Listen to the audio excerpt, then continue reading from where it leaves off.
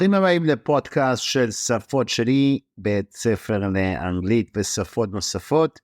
אני אריאל, I'm your host for today, and I'm with Josh, the one and only. How are you? I'm wonderful. It's good to be back, Ariel. How are you? I'm doing well. Good to have you on the show again. Good to be here. You've been with us a couple episodes back. Yeah. But it's good to see you for another episode. Always exciting. Yeah, it is. And firstly, thank you so much. And we have a nice topic for today. Yeah. We're going to talk a little bit about Chatgpt, AI, and how to fix the workforce. Beep boop, beep boop. זה משפיע על עולם העבודה, and what jobs are at risk, how to avoid it, or let's say ensure that you are properly educated in it and make sure that you don't get cut from the workforce. Yeah. Now, I want to start off by saying that there was like a whole meeting in Congress in the United States with Sam Altman, I think his name is. He's the guy behind ChatGPT. And there was a mention there that he's saying that it has to be properly regulated and censored because it's one of the biggest threats to humanity at the moment in the new features, tools that ChatGPT has. It's a constraint. Threats to humanity. איומים למה? לאנושיות? לאנושות. Humanity. Well, how can AI be a threat to humanity? So the way that they predicting, we can actually pull the plug any moment on it. Yeah. On the project right now. But that's not going to happen. What does it mean to pull the plug? pull the plugs לעצור את התוכנית. כן, אבל בעצם באופן כזה הכי ליטרלי, it means להוציא את הכבל מהקיר. להוציא את הכבל בדיוק. אז אנחנו בדרך כלל, we can switch that off. Yeah. But what they're afraid of is not the ability of humans to constrain it, is that in the wrong hands, this could be developed, could go out of control because it's learning exponentially fast. Yeah. That's the first thing. Second thing is that it's actually, they're afraid that if it's unconstrained, then it will be able to take over humanity, meaning that it could develop its own, let's say robots, machines, and we could have a Terminator situation. Oh, Terminators from 1991, I think. Or maybe the 80s, 89, I don't know. That's what sparked Arnold Schwarzenegger's career. Yeah. So maybe we'll have a bunch of Arnold Schwarzeneggers. Do you remember that when Arnold Schwarzenegger busted out and he became big? He became a big star because of Terminator? So it was a little bit before I was born, but I definitely, as a younger kid, had nightmares when Terminator was aired on the Sci-Fi Channel. Okay. And what I want to talk about also regarding this is a little bit about the effects it has on language learning, and also the effects it has on every single job. Mm-hmm. So which jobs do you think are mostly at risk regarding using ChatGPT? Well, so this is a very, very good question. So first of all, we would have to identify and think about what is ChatGPT used for? What problems can it solve? What solutions does it provide? Well, I would argue that most jobs that you need to either think on your feet, come up with innovative ideas, or have to come up with solutions would be one thing that people don't really consider. But the main focus, the main jobs that would be impacted are those that involve with creating content with writing, with using language. Okay. So let's say content writing. What about graphic design? That's Sven. So yes. So when I suppose I only think of ChatGPT, I only think of the text option, right? You give it a prompt and then it'll write out something based on the information you give. But you're right. We also have image generating AIs as well as other things. So graphic design, absolutely. Videography, I think. Video editing. Maybe, definitely website design too. You can use it to generate code. Okay. So this you raised a few interesting fields. Yeah. I think that, of course, it can automate the process. But let's say now you're a professional content writer, mm-hmm. or a professional graphic designer, yeah, or a professional video editor, okay, or a coder, or עובד בתחום ההייטק, and you're מתכנת. So now, even if it can automate your position currently, if you learn to prompt it correctly and work with it correctly, if you take two people, שתי אנשים, in the same position, Okay, and let's say I'm an individual who has no experience developing websites or in graphic design, and I want to develop a site and then use ChatGPT to do it, and I'm going to create it to my liking. I think still a graphic designer with experience, if he would be able to prompt it and make it a lot more professional than somebody who doesn't come from that specific field. You agree with that? So I think, it's interesting. I would say that to an extent I agree with it. Lo mea אחוז, because I think that in order to be able to do those things that you mentioned, to prompt. מה זה קודם to prompt? זו מילה קשה בעברית. prompt זה להכניס, אני לא יודע איך להגיד את זה בדיוק בעברית, אבל it's to לתת הוראות בעצם ל-ChatGPT. לתת את פקודה, prompt is פקודה. כן, את הפקודה, right? So I think that, being able to use a prompt or create prompts correctly is the first step, right? So if you were to say maybe I don't know right now, but if you were to compare, a professional graphic design, someone professional in graphic design versus someone that may not really know that much about it, but he's using an AI and he understands how to prompt it correctly, I think he may actually come out with the latter, may actually come out with a better result than the professional graphic designer. Okay, maybe. I think אהבתי את הלוגיקה שלך. You're saying that if someone who knows how to prompt ChatGPT could probably do a better job than a professional graphic designer. I don't know. He might. Maybe in the future too. Maybe if not right now, in the future, then yes. Okay, so there can only be one one conclusion from this. The conclusion is that even if you're a graphic designer or a content writer, your prime objective right now should be to learn how to prompt the AI, get working with it, learn the system well, because that is the future where those industries are definitely going. Yeah. Okay. And a lot of other industries that we're not going to touch on at the moment, but there's plenty where it also relies to from high-tech to coding, QA. If you're looking to get into the high-tech field, most importantly, learn how to prompt the AI, begin to work with it, and currently automate your current position. If you go to work now and you're a graphic designer, you are a coder, or you're content writing, begin to work with the prompts, begin to understand what works well, what doesn't work well. I think the human aspect is very important still at the moment. ChatGPT is not 100% there, and also other AIs, but it's getting close, and therefore you need to understand, A, how to prompt it well so that your position will never be at risk, and B, obviously, when it comes to something like design, the human element is crucial because you understand what looks well, what works well. Even though the AI is learning all the time, you will still be able to, these two people who can prompt. שתי אנשים שיודעים להכניס את הפקודות ל-AI, נקרא את זה בצורה מושלמת, תמיד יהיה יתרון למישהו שהוא מקצועי בתחום הזה ספציפי. Okay, I think that's a fair enough conclusion. Definitely. Okay. Yeah. I think that there's something else that maybe you could add to that is that, like, the listeners shouldn't get us wrong. They shouldn't misunderstand. Having a professional background in something is always an advantage, definitely. But I think as, the industries start to shift towards using more automated technologies, that's going to be more of considered like background knowledge, right? You know how some people get a degree in maybe an arts degree or political science or something, and then they start working in education or wherever. It's not necessarily related to their degree. I think that'll be more of a background qualification that people will want from you, employers will want for you. And the more, the larger qualifications will be stuck with how well you work with AI. Okay, that's fair enough. I think that's a good assumption. Yeah. Let's talk about a little bit about language learning. Okay. We have a lot of students who contact us and say, look, does your course help us to write well? A lot of people in the professional field, a lot of companies that we work with also use the internal communication. Is becoming in English. They use it in English mostly. So the question is, a lot of people have grammatical mistakes. They struggle to write correctly.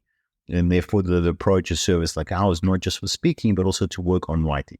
Now, our expertise is obviously to give you a good base in the language and also to get you speaking the language as fluently as possible, also with even out the Israeli accent a little bit. But what about, let's say, writing? So that's a very good question. composition is definitely something that sometimes people want to work out, and usually professionals, as you said before. However, the thing is if you don't have a basis or a full grasp on the language, and the best way to see that is how well you are at speaking, it's going to be very, very difficult, right? And we obviously want to make the most of our time, provide the most value to our students. So it's a question of, well, is it worth spending, 20 minutes explaining and looking at emails and composing a few nice emails as like a one-time thing, or giving the student the tools and the ability to use grammar correctly and explain things and express themselves and increase their vocabulary and help speaking. Yeah. Okay, so normally, I mean, in tools that are regarded passive, okay, like let's say reading books, listening to podcasts, watching movies in English, they'll be considered passive learning, limita passivi, okay, because you are not engaging in dynamic speech. It's not you're not active. Yeah. So in that scenario, I would think that writing falls into that category, because you can actually write as a 4-year-old an email, even if you have tons of grammatical mistakes, put into Chatgpt, the tone of the email that you would like to have. We can also show that to our customers how to do that. Yeah. And the moment you know how to prompt it correctly, it will actually generate for you an email, which is high-level professional email with a tone, whether it's be professional, friendly, whether you would like small talk to include into it, or some kind of friendly tone, humanized tone to it. And then therefore in that situation, when you're learning passively, whether you're doing different types of drills or applications for learning, you're learning passively, and your best teacher when you're learning passively is basically your last mistake. Yeah. So you would look at your email that you wrote as a 4-year-old, compare it to what Chatgpt generated for you, which would fix the grammatical errors and create a more professional email. And then you can compare the two options, and then be able to understand where you went wrong and learn from it. That is a very, very smart way to improve, let's say, writing nowadays with a technological skill. People were using before, I think we used to recommend it a lot, Grammarly. Yeah. People know, Grammarly is very, very nice, but I think Chatgpt will blow them out the market. Well, I'm sure Grammarly will have to change their strategy and probably implement a stronger AI. They will. I think they have. They started introducing, but I mean, it's an arms race, so. And it's basically, it would be between Grammarly and Chatgpt right now. If you're listening to us, I would probably recommend for professional emails, run it through Chatgpt, take a look, understand. But obviously, if your base is not good and you're not 100% certain, then firstly, work on your base in general. Speaking, understanding, complete. This is what we do. Okay. Now, do you think that, let's say that Google was the big dawn for the internet? Yeah.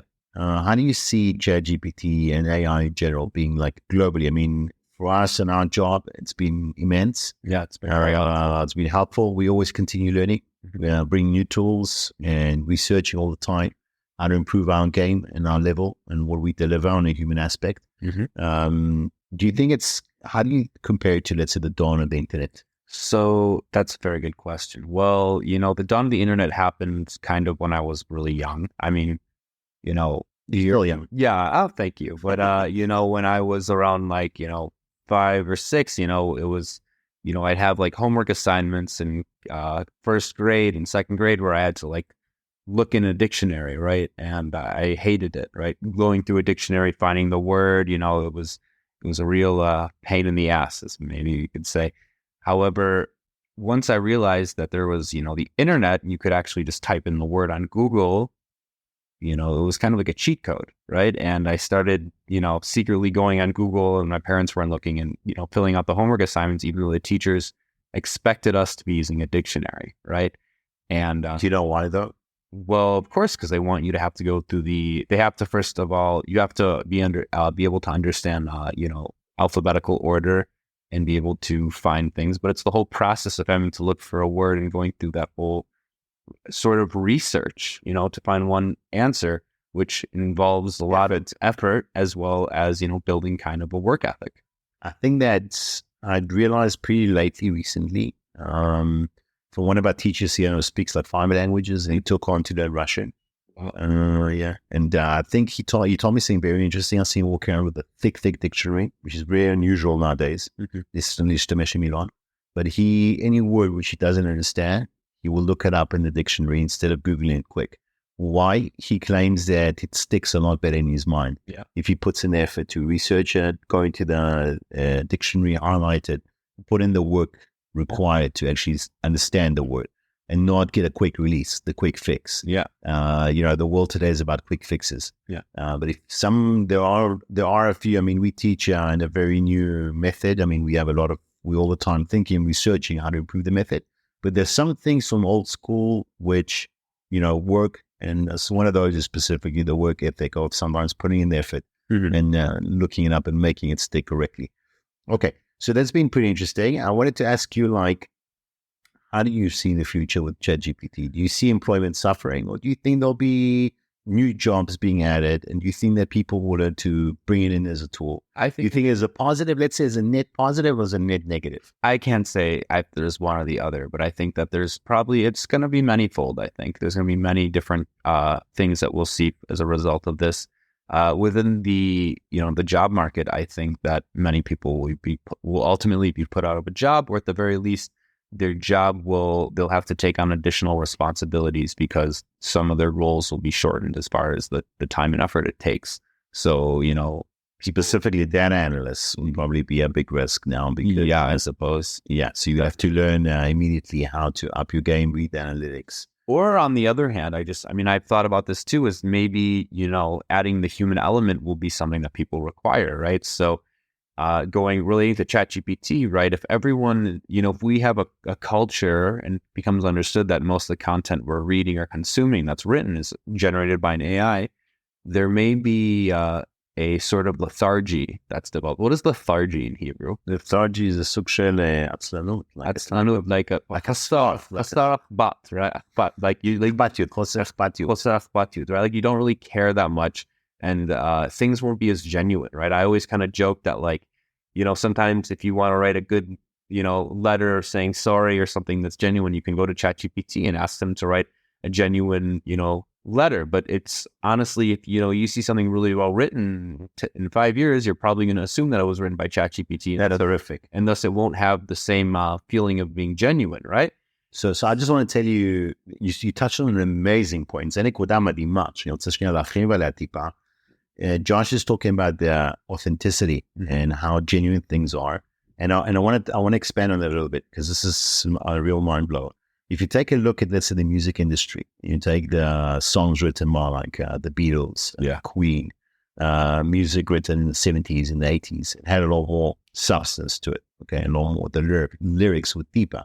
There's no way that you can compare current lyrics today, with all the, let's say, the ibud. Well, I think there's a subjectivity to it. I would argue more in the recording process and the instrumentals. Back then, they had to be a bit more creative with how they captured sounds, and the sounds that they generated were more unique, versus now everything can be kind of MIDI'd. And a MIDI is basically something that you can make a snapping noise, and then you can actually take that wavelength and make it long enough and then manipulate it so it sounds like a guitar or a piano or a voice. So in that sense, I think that back in the day, when you recorded an instrument, it was the live raw sound of the instrument. There wasn't that much you could do to it. So when you had that recording, it sounded very unique. I mean, there's a song by Red Hot Chili Peppers called Scar Tissue. And amazing. Yeah, it's a really good song. But something that many musicians notice is that, or guitar players, that when you try to play that song, if you play along, no matter what, it'll always sound out of tune. Now, the reason is because the guitarist, John Frusciante, actually, one of the strings, I believe it was the high B or high E, was slightly out of tune, meaning that it was in the same pitch, but it was a few microtones sharp or flat, which basically gives it the sound that the guitar is kind of broken, quote unquote, right? And it has a unique sound on the record. And when you play along with a guitar that's in tune, the notes that you play on that string don't directly line up with the notes in the song on that are played on the string. So it sounds kind of like uncanny, right? Mm-hmm. So, I mean, that's something that's really hard to recreate in it's still in a digital studio, because if you're playing on an instrument that has 6 strings and one of them slightly out of tune, but you're playing a chord, right? You can't manipulate one note in a chord if it's recorded in such. You'd have to recreate the chord from individual notes and then manually pitch shift one of the notes up a little bit. Okay, so there's that. As far as lyrical meaning, I think that could be subjective, honestly. I think that we have a lot. If I take a look at what's making the charts nowadays, I haven't come across like a deep lyrical song. Oh, yeah. To be like, wow. So people are consuming like quick beats and, let's. Well, that has a lot to do with TikTok. Yeah, TikTok. TikTok has really much pushed the length of songs to become shorter because every artist wants to have at least a 15-second clip of their song that people can make a dance or can become viral. Right. And therefore, I think that the quickness of it, let's say nowadays, the easiness or the way to make it, it's more consumerized. And I think that's what we're going to be seeing as well, because in the past, you wouldn't have a keyboard to write a letter or to write a note or to write an email. You have to write it handwritten and pour your heart out on the paper. And that would have like a lot more meaning than coming to ChatGPT or going to the internet or even using a keyboard today to type out your response. Yeah. The response of giving a handwritten letter to somebody has a lot more meaning. I think we'll do that for you one day. Just sit down and give you a handwritten letter from the school. and then keep at the bottom, generated by ChatGPT, but written out. I'd like to do that one day for you, Josh. I think you've contributed a lot to what we do here and the process and a lot of stuff. That means a lot. And I think it would be nice to give you like a handwritten letter and have some meaning behind it. Yeah, instead of telling you by message, I think it could be an interesting option. Okay. So just to summarize, I want to tell our listeners that this program today was made by ChatGPT. Me and John, we're AI. We're AI voices. We're not human. This is an AI program. Yeah. Including the dry humor that we've implemented. This whole conversation is generated by AI. Our voices are AI. Okay. So one thing you got to know about us is that one thing you got to know about our team, our school, is that we try to bring across a authentic experience as much as possible and genuine experience. So I'm joking. We are definitely human. Yeah. You can always call us on the contact details that you have below in Spotify or on iTunes. And the number is 053-053-550-1976. You can give us a call on WhatsApp or phone us. You can even speak to Josh directly to me to verify that we are indeed human beings. I thought of a new slogan for us, maybe. Safot-Sheli. We are not robots. We are human. Yeah. We are human. And now in the day and age today, people are definitely need that human experience. We'll always stay human no matter how far we get. Even when you have a robot in your home, that's what they're talking about now. The robot to do your cooking, cleaning, whatever you need. It could go into also a romantic twist. I'm not going to get into it at the moment. So people will have... Fingers crossed. Yeah. So what if you people generating robots right now? Or, a robot girlfriend, a robot boyfriend. Yeah, that will be perfect. That you will be able to come home angry, take your anger out as well, and it will still cook you a nice meal. Yeah. And do the cleaning for you. So, we'll see how humanity, what kind of twists we get in the future. Josh, thanks for coming on today. It was a pleasure having you here. It was a pleasure being here. You always have some interesting insights, inputs, which you not only bring to your lessons, but obviously to the podcast as well. תודה רבה למאזינים שלנו. שמחים שהייתם איתנו. אם הייתם איתנו עד עכשיו, כל הכבוד. Keep learning English. Keep improving your vocabulary. אם יש מילים שלא הבנתם, we spoke about some advanced vocabulary, which is even difficult for me to translate sometimes. Like prompting and new words which are part of the new tech that's coming out. פשוט תרשמו לנו בוואטסאפ, אנחנו תמיד נשמח לעזור. אני רואה שהרבה מהמאזינים שלנו, אתם כותבים לנו, תשלחו לי את זה, שאלות, כל מיני פרטים, אנחנו תמיד נשמח לעזור. And always keep learning, keep improving your English. We have a wide range of courses. We'd be happy to assist. שיהיה לכם שבוע נפלא. Josh, have a great week, a productive week. It's good to see you. Good to see you enjoying life. Thank you, I am. And we'll be back next week. Have yourself a nice day and bye-bye.